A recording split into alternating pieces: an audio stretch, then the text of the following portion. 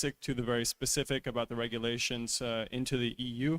And Fair Food is in a position where we are producing here in Nigeria at least a small scale at this moment, but we are bringing it to the EU. So we've managed to overcome this barrier already. We've had this experience, and standards basically are rules for what you can and cannot do. And so with that, they ensure, for us, traceability standards. They ensure health and safety, and they ensure quality, as we just heard along the panel, that quality is extremely important. And this is, of course, extremely important for our customers in Germany, as it is one of the biggest markets for organic products. But it does come with some challenges, which I would like to just explain myself a little bit here, is that standards may set a very high bar, yes? And so I think what's very important is to let the standard guide you. And for us, it does guide us. We need the standards of, for example, I'm using organic standards, but also health and safety. We need these standards in order to give us light at the end of the tunnel of what we need to do, of what we need to focus on. But we need to remain flexible and have some sort of alternative with a sense of continuous improvement. Because if we don't, then we're dooming the farmers, the smallholder producers who need the time in order to learn this. We're dooming them to be overwhelmed and then fall off of our project. So we know that it's extremely important that we need to take the time to build the trust so that they can adhere to the standards that we take and that we adapt for them. So of course, it is extremely a matter of time. And I also wanted to then just echo what was said yesterday, is that standards are extremely hard to establish.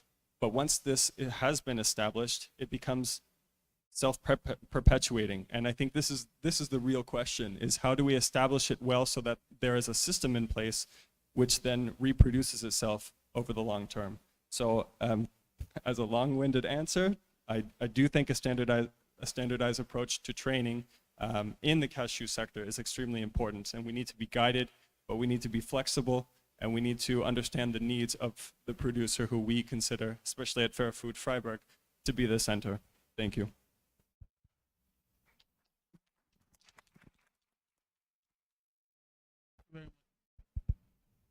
Hello?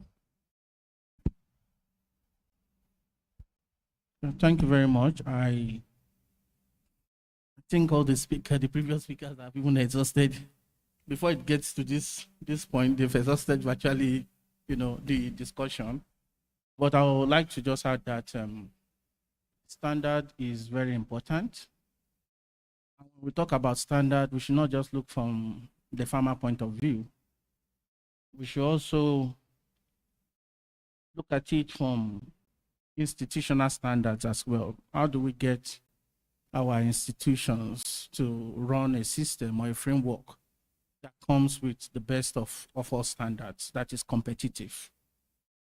Taking learnings from other countries like Ivory Coast, you see that you can't just go to Ivory Coast and give farmers training materials. There are laid down procedures. You have to walk through that channel. And that is how they control quality. You look at our entire value chain, virtually everywhere is void of standard. So it is very important that we look at the value chain very well and spread our energies, our focus.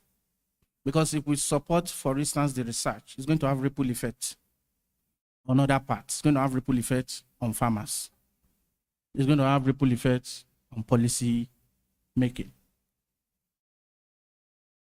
In the same Ivory Coast, you can't just set up a nursery business.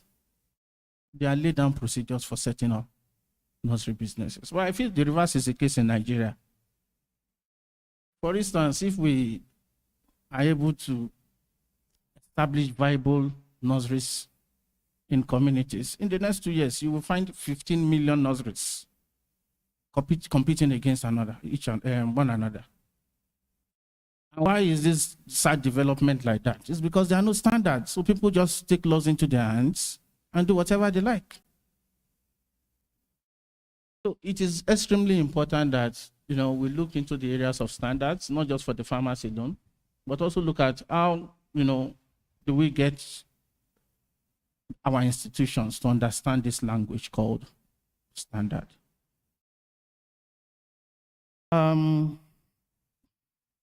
So I think that will be, again, if you look at the issue of transaction cost for processors, you discover that there are a lot of urchins on our roads obtaining monies for what? We don't know. Who asked them to block the roads? We don't know. And all of this had to do the transaction cost of business, of doing business. And we keep preaching ease of doing business. Yet we have these guys there.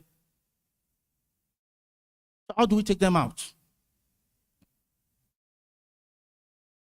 And the very funny one for me is the local associations. Sometimes they act as regulators. Apologies, I'm sorry, but that is the truth. They need to also act as associations. So we need to look at the value chain, and identify, where we need to plug in these standards. And rather than doing too many things at the same time, just like I said, there's always going to be the ripple effect. If we inject that standard in the right segment of the value chain, it will definitely trickle down to other parts. Thank you. Good morning, all. My name is Ahk Christopher Adava, representing the CASHEW desk of Federal Ministry of Agriculture and Rural Development. As a ministry, what we do, we promote policies and develop policies that seek to the development of value chain.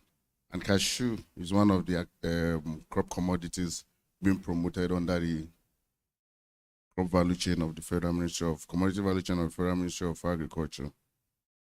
Standardization. If you look at standardization and you look at cashew value chain in particular, you'll see that cashew is lacking in terms of standard from the beginning to the end of the value chain. Look at the quality of seeds that we have today. We have heard from our research institute, Cocoa Research Institute of Nigeria, who has the mandate to research and development of the cashew commodity. Apart from how many people come to research institute, or the Cocoa Research Institute, to get quality planting material? Very few. That means people don't even recognize Cocoa Research Institute as a place where they can go to get this policy. So we have to make it mandatory that, okay, if we need to maintain a particular, if we need to maintain a standard, or if we want standardization, Cocoa Research Institute should be recognized. Cocoa Research Institute should be promoted. Cocoa Research should be well funded so that they get quality planting materials from the Research Institute. Apart from that, do we have standard nurseries in Nigeria? There's no nurseries in Nigeria. And standardization starts from the beginning of the value chain. And what is the beginning of the value chain? The quality of your planting material. A farmer will just go to the field. I happened to be in Kogi State not too long ago, late last year. How do you get your planting material? Even though our substation is in Ochaja, I was in Kogi, they don't go to Ochaja substation to get planting material. They just enter into any farm. They say it's not a sin.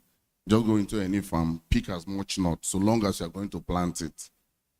Do you know the quality of that nut? Just because you see that a particular nut is big this year, do you know what it's going to produce? From that, you come to build a plantation establishment. In plantation establishment, what is our standard planting rate today? We don't have one. It's been very difficult for us to tell our farmers that, okay, the standard practice in the world, globally accepted standard practices, is 10 meter by 10 meter, where you have 100 trees, cashew trees per hectare. But I'm happy, I heard from the horses now just now, the Executive Director of Research Institute, that farmers have jettisoned that. So they are now trying to promote 9 meters now, because no farmer will want to accept that 10 meters. They will tell you, no, I'm going to waste my land. So we even went ahead to develop a farming system that, okay, this is called cashew-based cropping system, where you intercrop other crop commodities with cashew, pending when the canopy closure. But farmers still find it very difficult to accept this spacing. So from production to the end, there's need to establish standard and to enforce this standard among our farmers. Before now, like in the last 4 years, the European market practically rejected our cashew nuts. Why did they reject the cashew nut? Because of the quality of our nuts, the storage materials we use in storing our nuts, and the impurities they find in the nuts. How do we curb this? So we, as a ministry, we now promote the use of jute bag among our farmers, because jute bag, before we promoted the use of jute bag, they were using polypropylene bag, and polypropylene bag will not support the shelf life or the viability of the cashew nut. So standard there's need to establish and to maintain standard from beginning to, even when it comes to processing. How many processing facilities do we have in Nigeria? When they are processing, if you go outside many traffic lights or a traffic line now, you will see you will see processors tying cashew in nuts. So there's need in nylon bags. I mean, there's need to ensure standard. What is the acceptable standard? And when you talk about standard again, you are looking at optimizing every aspect of the value chain. Thank you very much. Thanks a lot. I think a round of applause for the speakers again. There's one thing I think they all agree on, and that is the need for standardization. The question also cut across, I mean, the answers cut across standardization of skills and also, the product itself. I think one or two speakers also spoke about the product and the essence of it. Maybe a quick recap to it. I think the standardization is demand driven, as the speaker, mentioned, and there's need to build the skills towards this demand for cashew. They also, spoke about how many challenges that we have in developing some of these standards, either for occupation or for the product itself. One key point also from the speaker is that this has to be institutionalized. I think this is a very important point to make. And in essence, standardization is also required because we need to, it will definitely create employment. And I think this is where the interests lie.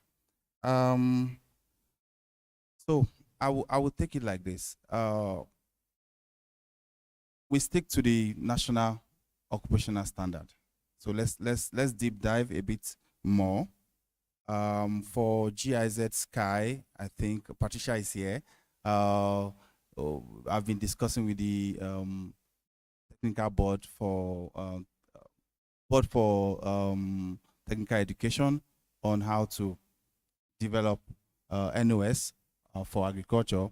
So my question would be that in your own thoughts, would you think for cashew, it's almost like the same question. It's also important. And looking at how you conduct your training now, I really think you should share with us how trainings to all of these actors are being conducted in your various organizations, and what role do you think you play in further, establishing NOS for cashew, and in essence also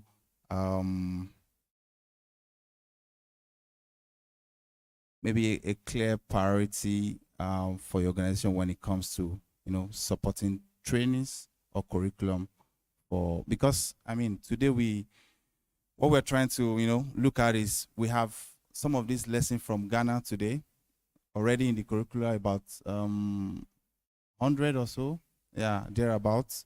But I mean, we are not aware of anything of such for CASHEW in Nigeria yet. So in this line, I think you can provide your contribution. I would rather start from the other hand this time, so we can get yeah, your inputs. So yeah. Hello. Thank you very much for your question.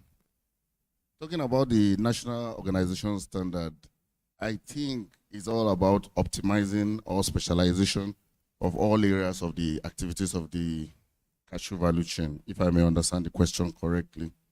The national organization standard will ensure that we specialize with specialized training, they get they bridge the knowledge gap in that particular area. Like for what I said earlier, just before now, if you look at what we are having in from the nursery end from the beginning of the value chain, from the nursery and to the ending part, which is the processing and marketing of the value chain, there is need for this standard.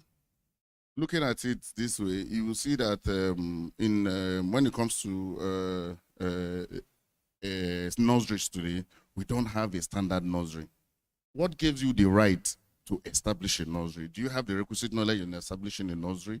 Do you have, so there's need to develop a standard and even legislate on it from the National Assembly. We must get the backing of the National Assembly to ensure that, okay, this is a legal tendered certificate player in the cashew value chain.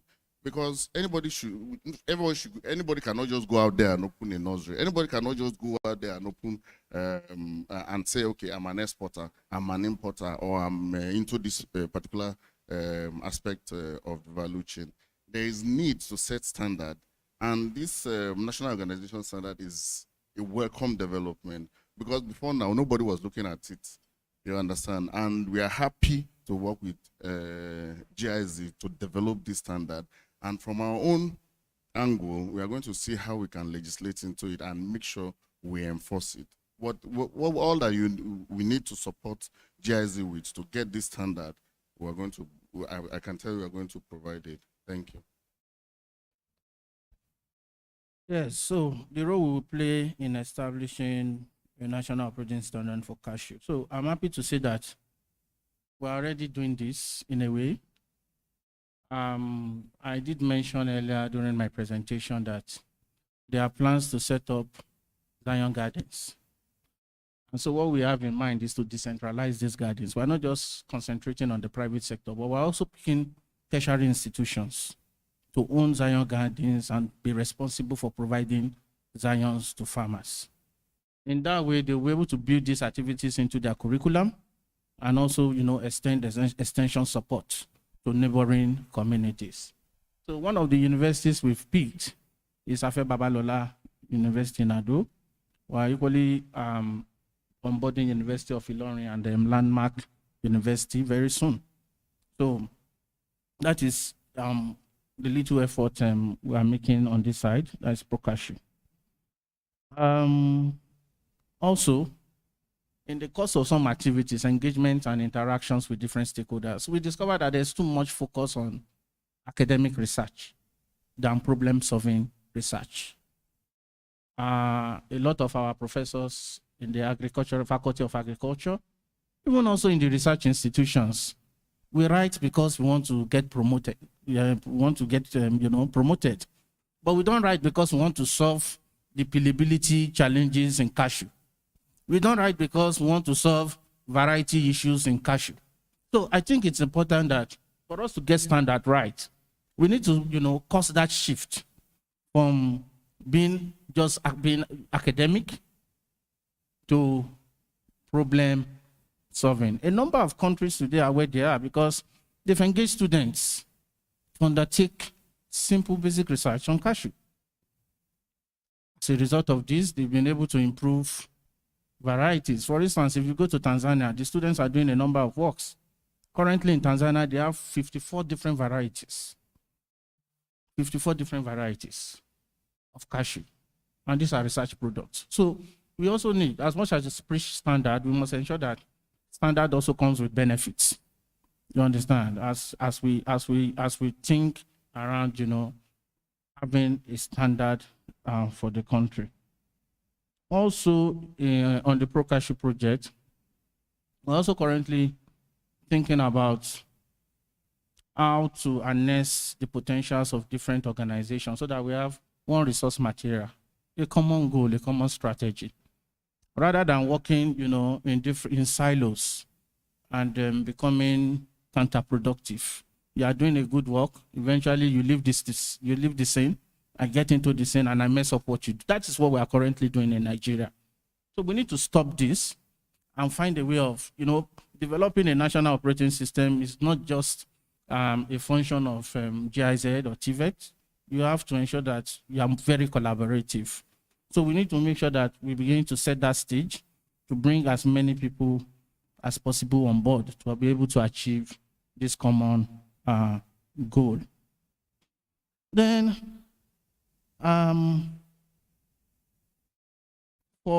lastly, from my end, it's very key. I did mention the issue of institution. A number of activities are happening in Nigeria or are being implemented by CRIN, implemented by FMAD. But the question for me is that we don't have a national strategy document. So what informs some of this activity? If there must be value for money, there must be strategy, a strategy document somewhere that help everybody understand the sector, the challenges in the sector. So I'll be using this opportunity to, appeal to everybody to support the work of the committee and support this laudable initiative by TVET to help Nigeria for the first time develop a national strategy for the cashew sector. Thank you. Thank you very much. Could you repeat the question specifically? Yeah, so basically I'm asking NOC, that's National Occupation Standard. What are your thoughts around it? And particularly also, you're also conducting training. If that is yes, then also what role do you think what you have already would contribute to forming an NOS for Nigeria? Yeah, okay, thank you. I have a few things to say, but I hope not to keep you very long. I will start with the first one. So the way that we work at Fair Food Freiburg is we take a local capacity approach, and we focus on the trainers and the local capacities that are already there. So in this sense, we select the trainers, especially women, because as we've heard, the focus on women is extremely empowering. And so this is our goal. To be more specific, is we want to train 30% of women and 30% of youth. This is our specific goal on this target. We select these trainers and then we train them in the gaps, and then we expect them, and of course pay them, to go into the community and to train and distribute the knowledge, as I explained in the presentation. And this only goes back to the gentleman on my left who explained that on the surveyed regions, 30% of farmers were women, yeah? And so when you train women, for example, you perpetuate then more women coming and participating in this. So in this sense, I think standards can be very, very broad and they can be very specific. Perhaps it is also necessary to tailor them. In this sense, perhaps there can be a standard or a set of best practices, rather, on how to recruit women. But I would like to take this idea as well, that what I said before is that standards can also be inhibiting, and it's important to remain a little bit flexible. For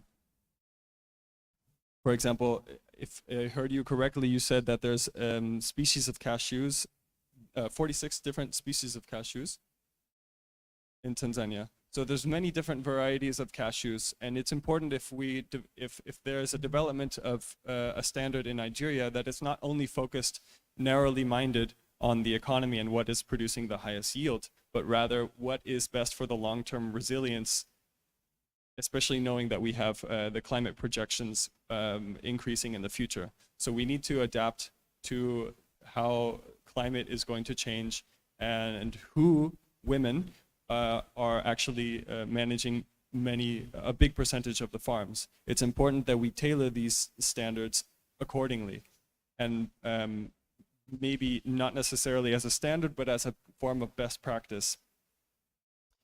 And the last thing I wanted to say is that along these lines is that it's important not to inhibit anybody. So in our experience, we're seeing firsthand as we speak the farmers that the farmers who are now our trainers are as we speak training in the field.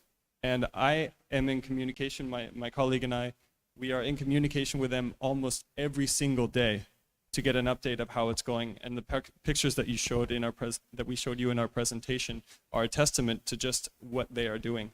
And OK and I have discussed this, that we have never seen so, and I think Mohammed can also, since he was there for our training, he can testify to the fact that they are extremely motivated. And so a comment that was made earlier is why perhaps farmers, that nobody should be able to establish, for example, a nursery. But I would like to take that, I would like to take a critique into that, is I do think it's possible that farmers, they know best, that they know what exactly they need for their farms. And I think there, I would agree with you on the other hand, is that a standard can help guide them. So it's important that we maintain the flexibility, but also ride the momentum that the farmers have and encourage them and motivate them. Because if we push a standard upon them, we can run the risk that they would not want to continue. Yes, I'll stop there. Thank you. Yes, I agree with the national occupational standards, because what a curriculum does is that it creates uniformity. It's just like somebody graduating from a certain university A, from the School of Engineering, and then in University B, another graduate from the School of Engineering. You'd realize that because there is a curriculum in place, it's uniform. The knowledge gained is uniform. So when they decide to probably apply for jobs, there's no one that is higher than the other. And so that is why this standardization or this standard curriculum is a fantastic idea, which would create uniformity of knowledge. Not just that, it would also improve the quality of what we churn out in terms of skills, in terms of the products at primary level and even at the process level. How do we conduct our trainings? We have internal standard operating procedures that we make use of at Julius Berger, but these procedures are founded on international best practices such as the HACCP and the ISO in order for us to maintain this quality that we all are speaking about today.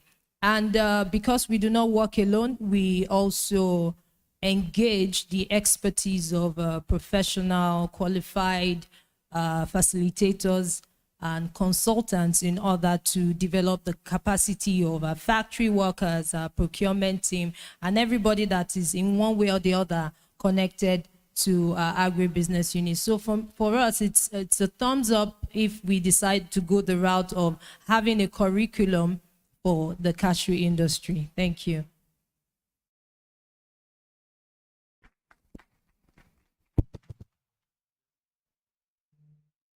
Hello. Yeah, thank you very much. And yeah, for me also, I will align with what has been said. I think national occupational standard will be very great. And what I want to say and add upon what has been said is also to look at it in the inclusive approach.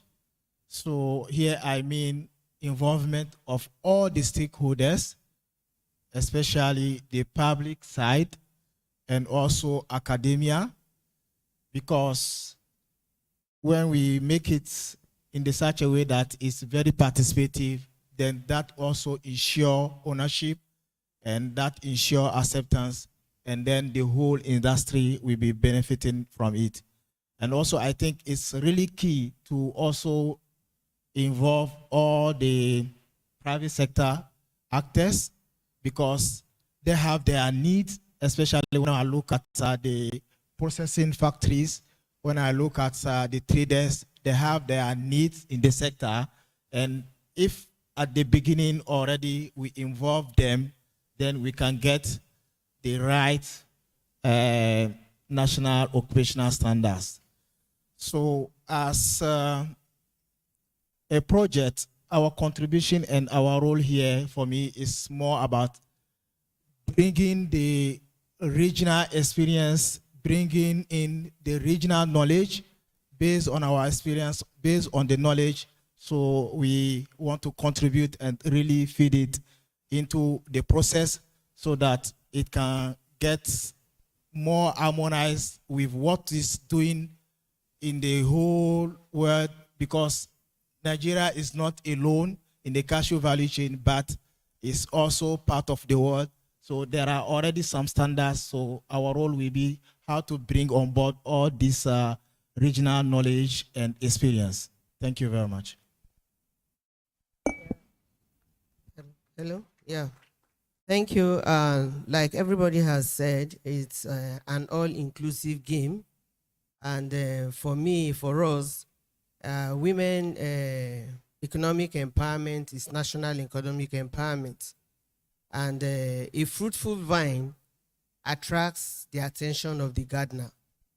If the women are there to continue in the value chain and to do much that they do, to bring out the nuts into what we enjoy as snacks, and for all the other value chain, I think it has to be an all-engaging platform. And like he said, the private sector, have to really come in, because for whatever thing we do to make this a success, it's going to increase job creation, it's going to give room for mentoring.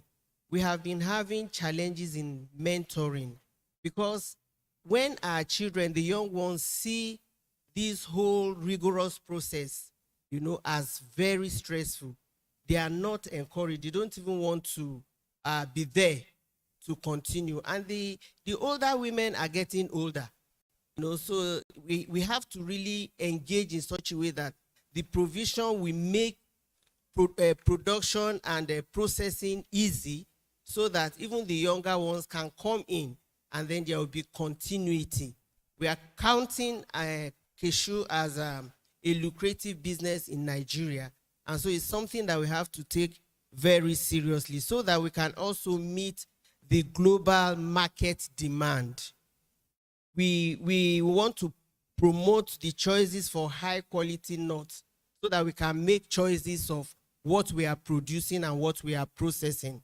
And so far, TVET has really been there for the women, different women associations that they have been supporting, in engaging us in the various trainings and all of that.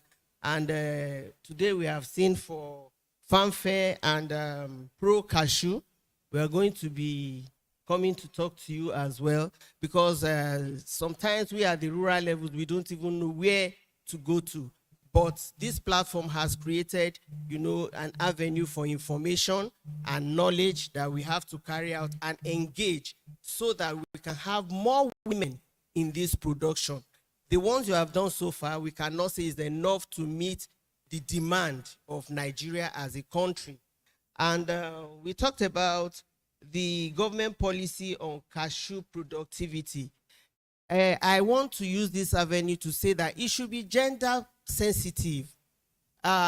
We don't know if the committee for the working document, 5-year working document, you have met, you'll be meeting, a new leadership has come, and you are going to start meeting again. There's going to be review. Please include women in the decision so that you will know where is pinching us more. So that you will know where is pinching us more, then we can enhance the entire value chain process. If you take decision on our behalf, it might not work too well. So please include women in the decision-making body, and we also appreciate TVET for hand-holding us and for helping us through. the rural women through sheet trade, for instance, NEPC. I was thinking that they will be here as well. The AFC, FTA, stuff, and the NEPC, they have trainings for women. They have EDF, that is the Export Development Fund for Women. They provide market information and training services. But how much of it gets to the rural women? Everything stops at the urban. Everything stops in the city. How much of it is broken down to the understanding of the rural women so that they can know if they are really on track? The women are available, they are willing, and they want to contribute immensely to the nation's economy. But it will take us to be built up. We have associations that have them already in synergy, that have them in cluster. So getting to those NGOs, to those associations will not be too difficult. And then when we are engaged properly, we bring down the information to the women and build them up to package them properly for global best practices. Thank you very much for having us here. Thank you very much. I think the panelists have really shared wonderful insights about setting up a national occupational standards in Nigeria. And I don't know why they are all agreeing, but it's really interesting to see that this is what we need for them to agree on this common objective. And to lay emphasis, the speaker have made mention of how it's very important for this standard to be tailor-made, all-inclusive, women inclusive, very important. Institutionalization of this standard is also key, as I've said earlier, and I think it should be a collaborative effort by all players in the cashew sector. Why we've been intent to round up this session, I think I will request that speakers should have 30 seconds each to make their final notes, especially there's one particular point here. What we do mainly in Nigeria, we export cashew nuts, raw cashew nuts, or kernels, and kernels. There are other opportunities like cashew apple, cashew liquid. I think you can just make just a point there. What are your thoughts around it? Are we exploring that opportunities or business model around other, products or byproducts of cashew? Yes, please. Just to round up the session. Yes, MC. Just 30-second comments. Yes, 30-second comment on this.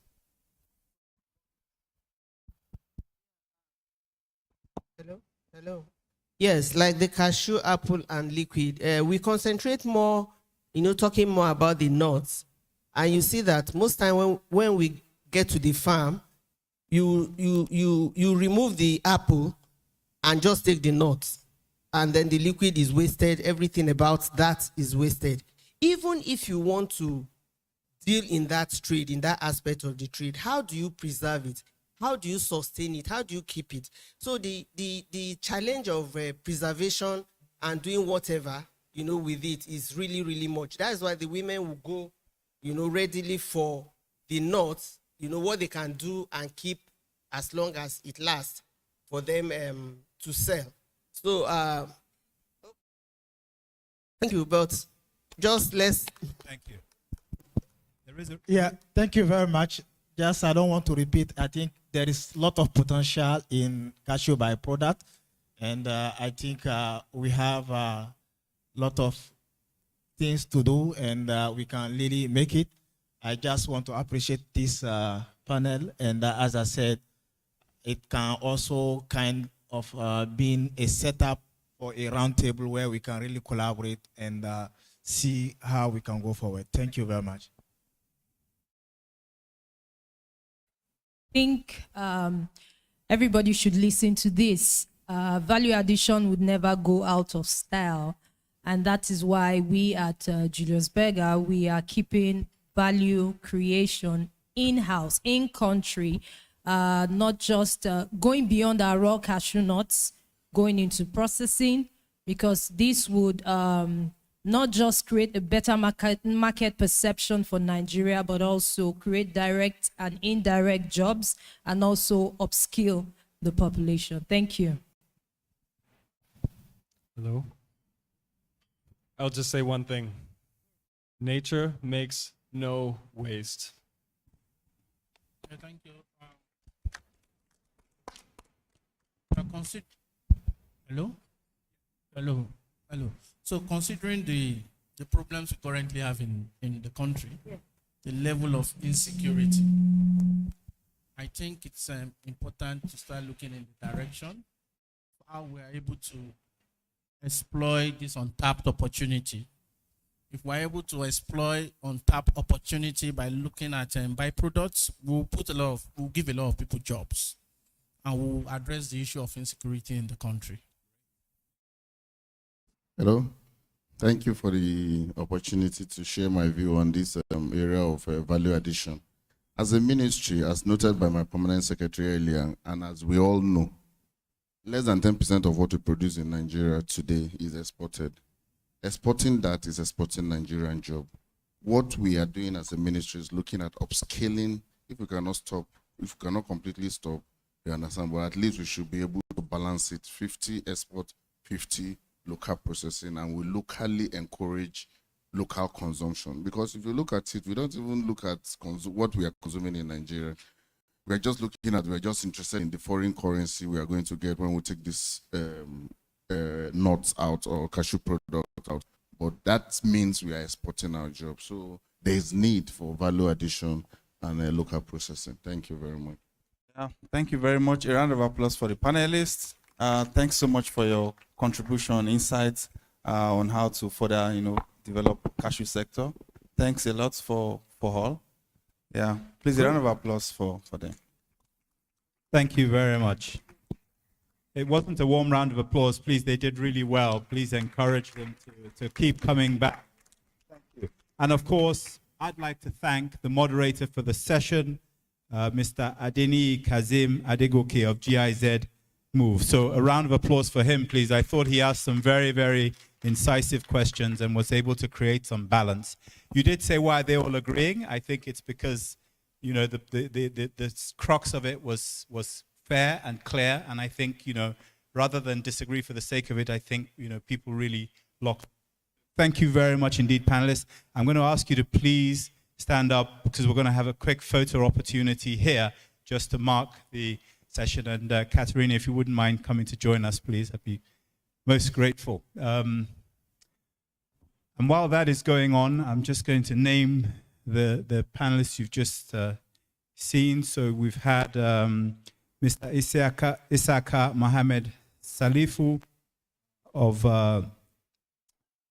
CASHEW, Onya Shaju of Julius Berger, Mr. Anthony Lewis of Fair Food, Mr. Olorun Femi Toyin of Pro Cashew, one of our sponsors, Mr. Oshonoi Christopher Adaba, Cashew Desk at the Federal Ministry of Agriculture, and Mrs. Ruth Agbo, Association of Women in Trade and Agriculture, AWITA. And it was moderated again, as I said, by Adeni Kazim Adegoke of GIZ Move. Ladies and gentlemen, thank you very much. We're going to go into the signing of an MOU now, and I'm just going to call out the people who need to come over here to meet with Olayinka Makinwa to go and sign the MOU, whilst everybody else can go on a coffee break, which will end at 12:30. Okay, so to my left here, if the following people could please come and join. So the delegation is here already. GIZ, the representative of GIZ, representative of CRIN, representative of Pro Cashew, and Mavis Ayeju. If you could all please come over here, we're going to do a signing of the MOU whilst everybody else has the privilege of going to get a coffee. We will reconvene in here for a round table straight after the coffee. You're going outside, yes. We'll reconvene in here straight after the coffee for a round table session or a couple of round table sessions. You will notice that we didn't have a Q&A for this session because during the round table, we'll be able to actually tease out and get answers to questions that might have occurred to you during the session that we just had. Ladies and gentlemen, thank you very much for your attention. It is now time for coffee, tea, and some refreshments, which are in the usual place to my left. Thank you so much.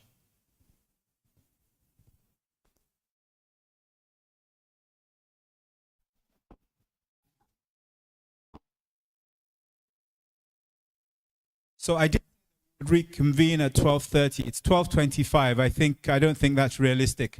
I think if we can be back in here by 1:45, that would probably be fairer. We'll try to get the queue moving as quickly as possible. But you can bring your refreshments back into the main auditorium once you have it, once you've collected it. Thank you.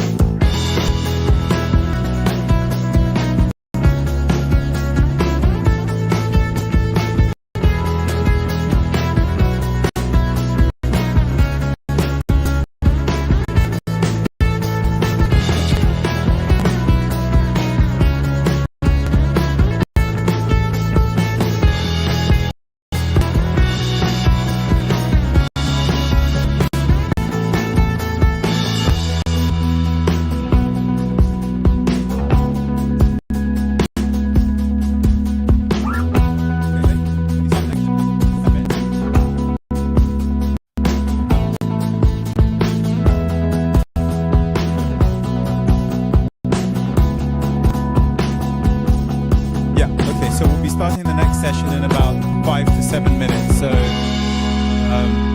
will build on what the panel session we just had. We'll be ready in 5 or so minutes for us to restart the session. If you haven't had refreshments or a coffee, now is the time.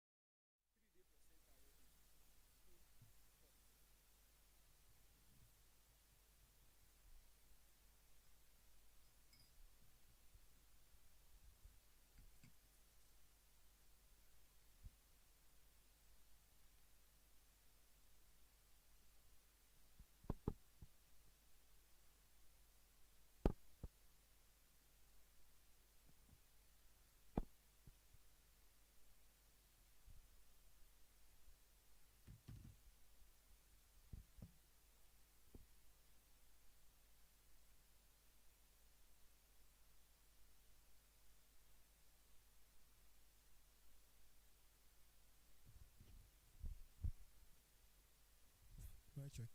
Mic check. Mic check. Check. Check mic. Check mic.